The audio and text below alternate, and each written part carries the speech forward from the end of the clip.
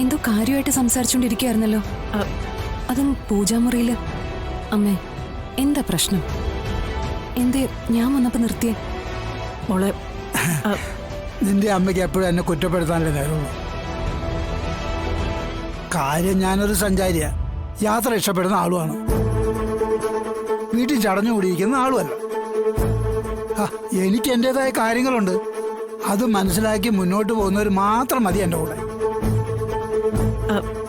മോളെ, വിഷ്ണുവിന്റെ കാര്യമൊക്കെ എന്തായി? വിഷ്ണുവിന്റെ ജാമ്യം കിട്ടിയമ്മേ.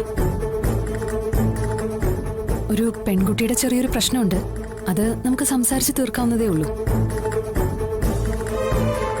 മോളെ, നിന്നെ കണ്ടപ്പോ മനസ്സിന് വല്ലാത്തൊരാശ്വാസം.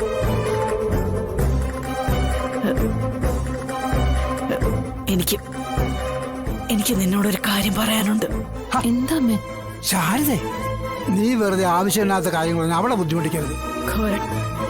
അല്ലെങ്കിൽ തന്നെ 100 കൂട്ടം കാര്യങ്ങളായിട്ട് അവൾ ഓടി നടക്കുക. അതിനിടയ്ക്ക് വീട്ടിലെ കാര്യങ്ങൾ കൂടി പറഞ്ഞ.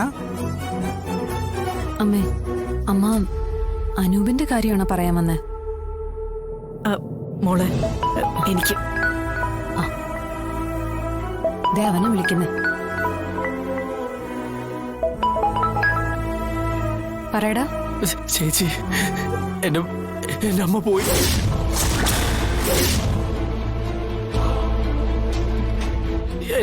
എന്റെ അമ്മ എന്നെ വിട്ടു പോയി. അനൂപ്, എന്താ? അച്ഛൻ വന്നിട്ടുണ്ടെങ്കിൽ അച്ഛനോടൊന്ന് പറയണം, അമ്മ ഒന്ന് കാണണമെന്ന്.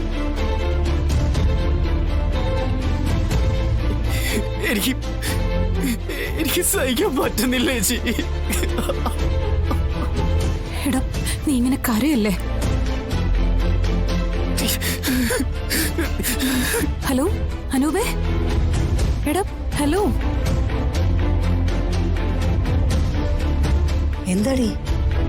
അനൂപ വിളിച്ച്, അവന്റെ അമ്മ മരിച്ചുപോയി.